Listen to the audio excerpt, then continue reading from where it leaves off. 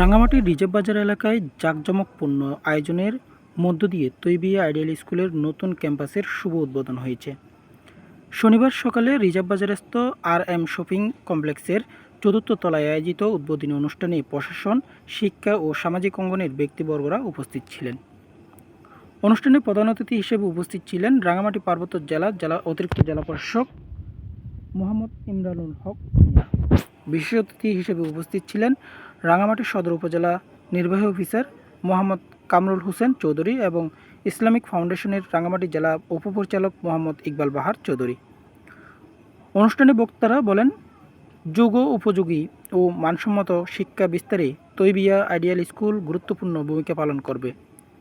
নতুন ক্যাম্পাস চালুর মাধ্যমে শিক্ষার্থীরা আরও আধুনিক, মনোরম ও উন্নত শিক্ষাবান্ধব পরিবেশে পাঠ গ্রহণের সুযোগ পাবে বলে আশা ব্যক্ত করেন তারা। এ সময় বিভিন্ন শ্রেণী পেশার গণমাধ্যম ব্যক্তি, অভিভাবক, শিক্ষক, শিক্ষার্থী ও স্থানীয় সুধীজন উপস্থিত ছিলেন। উল্লেখ্য, তৈবিয়া আইডিয়াল স্কুল চট্টগ্রামের আঞ্জুমান এ রহমানিয়া আহমদিয়া সুন্নিয়া ট্রাস্টের তত্ত্বাবধানে পরিচালিত হয়ে আসছে। ডেস্ক রিপোর্ট, সি বার্তা।